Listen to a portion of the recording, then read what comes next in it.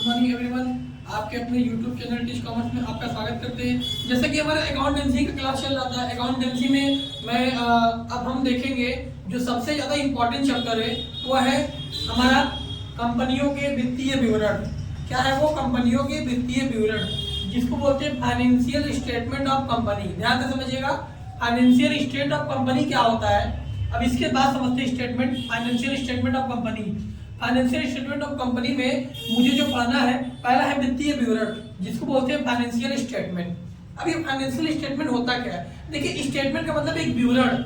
विवरण कैसा विवरण? जैसे कोई कंपनी चल रहा है तो एक साल में क्या प्रॉफिट ला रहा है, या कंपनी के पास कितने पैसे आए, या कितना कंपनी ने कमाया, या कितने एसेट्स आए, या कितने एसेट्स गए, तो इन सब का लेखा जोखा जो पेज में तैयार होता है उसको स्टेटमेंट कहते हैं। एक स्टेटमेंट, ठीक। एक स्टेटमेंट का मतलब क्या होता है? कंपनी के एक वर्ष में जितने भी लेखे जोखे होते हैं उसको एक पेज में, कॉपी में या एक बुक में लिखा जाता है, जिसको बोलते हैं वित्तीय विवरण, फाइनेंशियल स्टेटमेंट। ठीक है, अब हम समझते हैं फाइनेंशियल स्टेटमेंट का अर्थ समझ जाते हैं, उसके बाद हम समझ जाते हैं ये कब बनाया जाता है और क्यों बनाया जाता है। तो ध्यान दीजिएगा, हम अर्थ लिखे हैं फाइनेंशियल वित्तीय विवरण, फाइनेंशियल स्टेटमेंट। ये क्या होता है? वित्तीय विवरणों से आशय उन विवरणों से है जो लेखा वर्ष के अंत में, देखिए क्या बोला है, लेखा वर्ष के अंत का मतलब समझे, यानी अगर 1 जनवरी को स्टार्ट हो रहा है तो अंत कब होगा? 31 दिसंबर को। ठीक है, तो लेखा वर्ष के अंत में व्यवसाय की लाभदायकता, लाभदायकता मतलब प्रॉफिट चल रहा है या नहीं चल रहा है, एवं वित्तीय स्थिति, व्यवसाय की स्थिति क्या है उसको दर्शाता है। ठीक है जी, तो देखते हैं। तो लाभदायकता, लाभदायकता मतलब समझे। अब ये क्यों बनाते हैं? ये कंपनी के लाभ को जानने के लिए बनाते थे, कंपनी को प्रॉफिट हो रहा है या नहीं हो रहा है। हर व्यक्ति कोई भी दुकान खोलता है तो एक साल में जितना पैसा लगाता है वो स्टेटमेंट तैयार करके देखता है कि मुझे प्रॉफिट हो रहा है या नहीं हो रहा है, या कोई भी मैं बिजनेस कर रहा हूँ तो उस बिजनेस से मुझे प्रॉफिट हो रहा है नहीं हो रहा है, उसी को जानने के लिए। ठीक है, लाभदायकता हो गया। एवं वित्तीय स्थिति, वित्तीय स्थिति का मतलब क्या होता है? व्यवसाय की स्थिति क्या है। स्थिति मतलब पोजीशन, व्यवसाय ग्रो कर रहा है या नहीं कर रहा है, तो इसको भी जानने के लिए कंपनी क्या बनाती है? वित्तीय विवरण, जिसको बोलते हैं फाइनेंशियल स्टेटमेंट। कंपनी क्यों तैयार करती है? कंपनी अपनी स्थिति जानने के लिए कि मेरी स्थिति या मेरा जो कंपनी चल रहा है वो प्रोग्रेस हो रहा है, बढ़ रहा है या नहीं बढ़ रहा है, इसी को जानने के लिए स्टेटमेंट तैयार करती है। ठीक है, तो मैंने बता दिया कि अब आपको समझ में आ गया कि वित्तीय विवरण क्यों बनाया जाता है। तो सबसे पहले व्यवसाय के ये कब बनता है? अंत में। ये कब बनता है? अंत में। जैसे 1 जनवरी को स्टार्ट होगा तो 31 दिसंबर को क्लोज होगा, अगर 1 अप्रैल को स्टार्ट होगा तो 31 मार्च को क्लोज होगा। तो ये अंत में बनता है। ये फाइनेंशियल स्टेटमेंट कब बनता है? अंत में। अंत का मतलब जब खाता क्लोज होता है हमारा अकाउंट तब। अब ये क्यों बनता है, क्यों बनाते हैं इसको? लाभदायकता को जानने के लिए। लाभदायकता मतलब कंपनी प्रॉफिट दे रहा है या नहीं दे रहा है। उसके बाद इस वित्तीय स्थिति यानी कंपनी का पोजीशन क्या है, कंपनी ग्रो कर रहा है या नहीं कर रहा है, कंपनी आगे बढ़ रहा है या नहीं बढ़ रहा है। ठीक है, ये तो इसका अर्थ हो गया वित्तीय विवरण का। अब हम समझते हैं कंपनियों के लिए वित्तीय विवरण। अब वित्तीय विवरण वर्ष, देखिए ये पूछेगा 1 नंबर में बोर्ड के पेपर में कि वित्तीय विवरण या वित्तीय वर्ष कब से कब तक होता है। तो 1 अप्रैल से 31 मार्च। अगर 1 अप्रैल से 31 मार्च बोले तो उसके ऊपर क्या बोलते हैं? फाइनेंशियल ईयर, वित्तीय वर्ष। और क्या होगा? अगर कैलेंडर ईयर बोलेगा तो 1 जनवरी से 31 मार्च। ठीक, 1 दिसंबर, 1 जनवरी से 31 दिसंबर। अब देखिए, हम समझते हैं वित्तीय विवरण के प्रकार, how many kinds of statement. ठीक है, अब देखिए वित्तीय विवरण कितना होता है। पहला होता है आर्थिक चिट्ठा। अब देखिए आर्थिक चिट्ठा जिसको बोलते हैं बैलेंस शीट, ये क्यों बनाया जाता है? ये स्थिति जानने के लिए। किसकी? व्यवसाय की। व्यवसाय की स्थिति जानने के लिए। यानी स्थिति का मतलब क्या होता है कि व्यवसाय किस स्थिति पर है, व्यवसाय की संपत्तियां कितनी है, व्यवसाय के दायित्व कितने हैं। तो ये संपत्ति दायित्व को जानने के लिए क्या बनाता है company? Balance sheet. Balance sheet से मुझे क्या इंफॉर्मेशन मिलता है कि कंपनी की अपनी निजी संपत्ति कितनी है या कंपनी का कितना दायित्व है। ठीक है, एक कंपनी की जो स्थिति है। उसके बाद जो हमारा बनता है लाभ हानि प्रॉफिट, लाभ हानि विवरण। लाभ हानि विवरण का मतलब statement of profit and loss account. अब ये स्टेटमेंट ऑफ प्रॉफिट लॉस क्यों बनता है? ये लाभ हानि को जानने के लिए कि कंपनी को कितना लाभ हो रहा है, या कोई भी फर्म है चल रहा है तो उसको लाभ हो रहा है नहीं हो रहा है। तो लाभ को जानने के लिए कौन सा खाता बनाते हैं, कौन सा विवरण बनाते हैं? लाभ हानि विवरण। इससे मुझे लाभ हानि ज्ञात होता है। ठीक है, उसके बाद तीसरा हम बनाते हैं रोकड़ प्रवाह विवरण। रोकड़ प्रवाह विवरण का मतलब क्या होता है? Cash flow statement. अब ये कैश फ्लो स्टेटमेंट क्यों बनता है? फ्लो का मतलब क्या होता है? इसमें रोकड़ कितना आ रहा है जा रहा है। इस पर एक चैप्टर है इस पर एक अकाउंट का सबसे लास्ट चैप्टर है, ये भी चैप्टर इंपॉर्टेंट है, ये चैप्टर को आप पढ़ाएंगे। ये चैप्टर जो है आपके बोर्ड के पेपर में फिक्स है, इस चैप्टर पे क्वेश्चन आते ही आते हैं। तो जो कैश फ्लो का मतलब क्या होता है, इसमें रोकड़ कितना आ रहा है कितना जा रहा है, तो इसी को जानने के लिए मैं क्या बनाता हूँ, रोकड़ प्रवाह विवरण, जिसको कैश फ्लो स्टेटमेंट समझते हैं। फ्लो में दो चीज पढ़ेंगे, इनफ्लो आउटफ्लो। इनफ्लो का मतलब कितना पैसा आया, आउटफ्लो का मतलब कितना पैसा गया, ठीक है। तो ये हम रोकड़ प्रवाह। उसके बाद हम समझते समता में परिवर्तन का विवरण। अब देखिए equity statement of changes equity, यानी इक्विटी जो शेयर हो गया, इक्विटी या क्षमता होगा, वो आपका बढ़ रहा है या घट रहा है, उसमें क्या परिवर्तन हो रहा है, तो उसको जानने के लिए ये भी उसके प्रकार है। और एक होता है लेखा टिप्पणी, जिसको बोलते हैं notes of account. Notes of account का मतलब क्या होता है कि किस अकाउंट में कौन कौन से नोट्स, या ये जो जैसे एग्जाम्पल की बात करते हैं, जब बैलेंस शीट बताएंगे तो आपको ये क्लियर हो गया कि नोट्स ऑफ अकाउंट होता क्या है, कि मतलब जो भी अमाउंट आया है वह किस किस राशि का है उसका विवरण, इसी को बोलते हैं नोट्स ऑफ अकाउंट, ठीक है। जैसे मान लीजिए आपको पैसा कंपनी को आ रहा है, तो कंपनी को पैसा कहाँ कितना आ रहा है, कहाँ से आ रहा है, किस किस चीज से आ रहा है, उन सब का नोट्स, वही क्या कहलाता है, लेखा टिप्पणी है, ठीक है।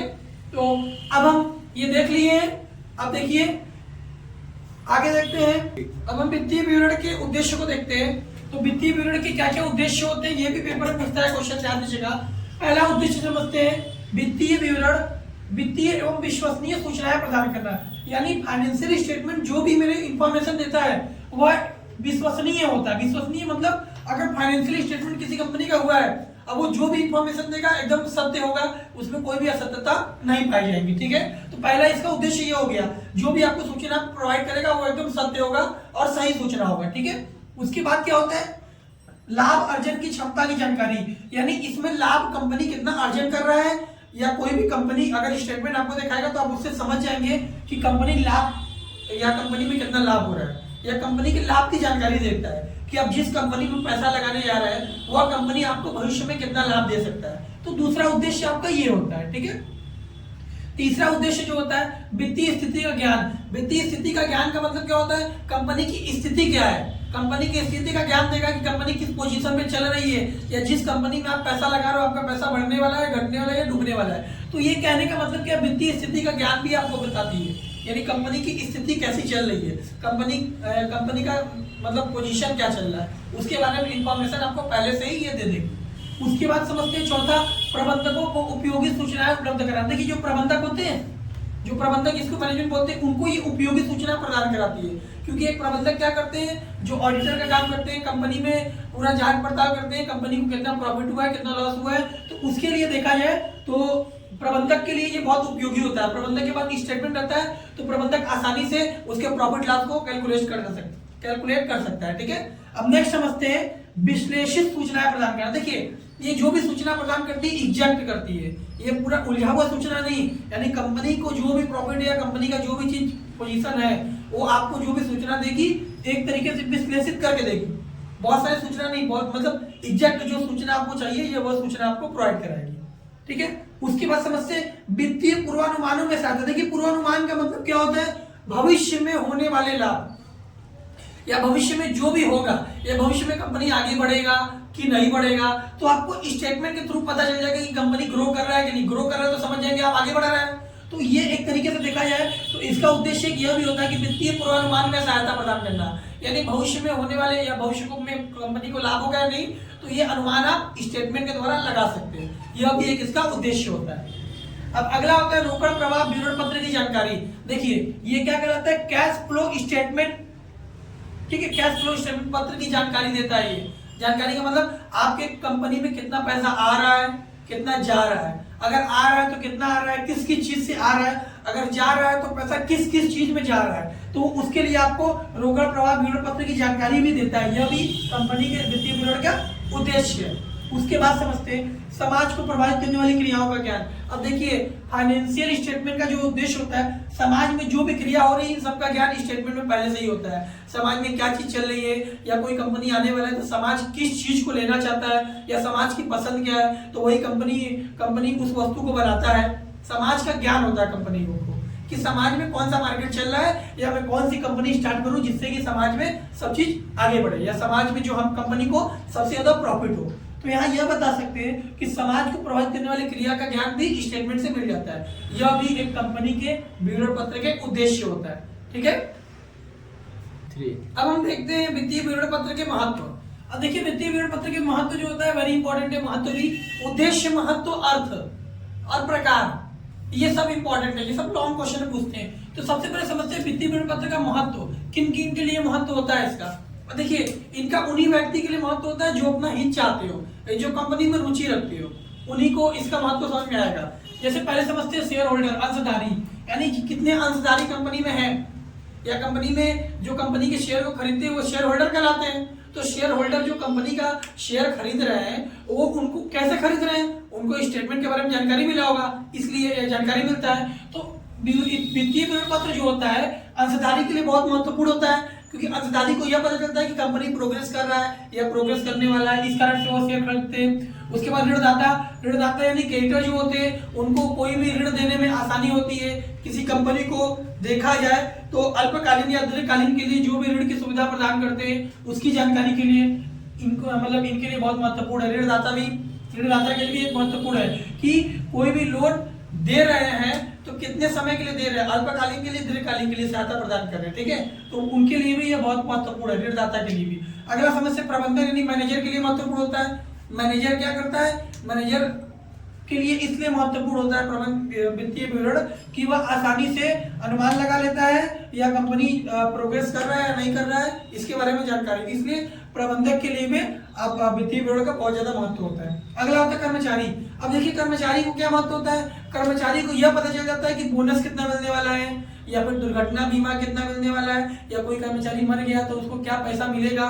तो ये चीज आपको कर्मचारी के लिए भी बहुत महत्वपूर्ण होता है, क्या, वित्तीय विवरण। उसके बाद समझते हैं बैंकिंग। बैंक से कितने ट्रांजेक्शन हो रहे हैं, या बैंक से कितने होने वाले हैं, या बैंक में पैसा आने वाले हैं जाने वाले हैं, यह भी वित्तीय विवरण के लिए बहुत महत्वपूर्ण होता है, ठीक है। यानी बैंकिंग सेवा जो होती है या जो बैंक होते हैं वह भी स्टेटमेंट तैयार करते हैं, ठीक है, उनके लिए भी बहुत इंपॉर्टेंट होता है वित्तीय विवरण। उसके बाद समझते हैं सरकार, गवर्नमेंट। अब गवर्नमेंट क्या होता है, गवर्नमेंट क्यों बनाती है वित्तीय विवरण, गवर्नमेंट का इसके मतलब जो वित्तीय विवरण का जो महत्व है वो सरकार क्यों करता है, क्योंकि सरकार को यह पता चलता है कि कोई भी कंपनी या कोई भी उद्योग, कौन उद्योग बढ़ रहा है या कौन उद्योग नहीं बढ़ रहा है, या कोई बिजनेस अगर चल रहा है या कोई कंपनी चल रहा है या नहीं चल रहा है, तो सरकार क्यों बनाता है, सरकार को यह पता चलता है कि सरकार मतलब देश में या जो भी आपका राज्य है उसमें कितने कंपनी है, कौन सी कंपनी आगे बढ़ रही है, कौन सी कंपनी नहीं बढ़ रही है। तो सरकार के लिए भी बहुत महत्वपूर्ण होता है क्या, वित्तीय विवरण। यानी वित्तीय विवरण से सरकार को यह पता चल जाता है कि कोई कंपनी आगे बढ़ रही है या नहीं बढ़ रही है, या कौन कंपनी बढ़ रही है या कौन कंपनी घट रही है। उसके बाद समझते हैं स्कंद बाजार। स्कंद बाजार का मतलब क्या होता है कि स्टॉक मार्केट में यह पता चलता है कितना शेयर बिका, कितना शेयर डिबेंचर बिक रहा है, या कोई शेयर का क्या प्राइस है, क्या प्राइस होने वाला है, या कोई ऋण पत्र है, ऋण पत्र का क्या प्राइस है या क्या प्राइस होने वाला है। तो मुझे किससे पता चलता है, स्कंद बाजार यानी स्टॉक मार्केट से, ठीक है। और जो अन्य वर्ग है, अन्य वर्ग में बैंकिंग सेवा हो गए, या फिर आप बोल सकते हैं कि अंकेक्षण हो गए यानी ऑडिटर जो हो गए, और ग्राहक हो गए। तो इन सब के लिए भी जो आपका वित्तीय विवरण होता है उसका बहुत ही ज्यादा महत्व होता है, ठीक है। तो महत्व देखा जाए तो मेनली ये 8 पॉइंट्स के लिए होता है। तो 8 पॉइंट्स जो स्टेटमेंट तैयार करना बहुत कंपल्सरी होता है। इन्हीं आठ लोग ही वित्तीय विवरण के महत्व को समझ सकते हैं, ठीक है। तो वित्तीय विवरण का महत्व हो गया। अब हम समझते हैं वित्तीय विवरण के, तो ये तो मैंने महत्व बता दिया। तो अंशधारी जो होता है मैंने बता ही दिया कि अंशधारी के लिए क्यों महत्व होता है, क्योंकि अंशधारी को जो भी ये देखना रहता है कि कंपनी में लाभ हो रहा है या नहीं हो रहा है, या जहां वो पैसा लगाया है उसको लाभ हो रहा है नहीं हो रहा है। तो मेनली ये 8 पॉइंट्स होते हैं जो आपके ऋण पत्र के वित्तीय विवरण पत्रों के महत्व होते हैं, ठीक है। तो इन सब के लिए ये महत्वपूर्ण होते हैं। अब हम आगे देखते हैं, अब हम देखते हैं आर्थिक चिट्ठा को तुलन पत्र भी बोलते हैं, तुलन पत्र नहीं बैलेंस शीट, ठीक है। अब ये बैलेंस शीट क्या होता है, आर्थिक चिट्ठा के बारे में समझते हैं।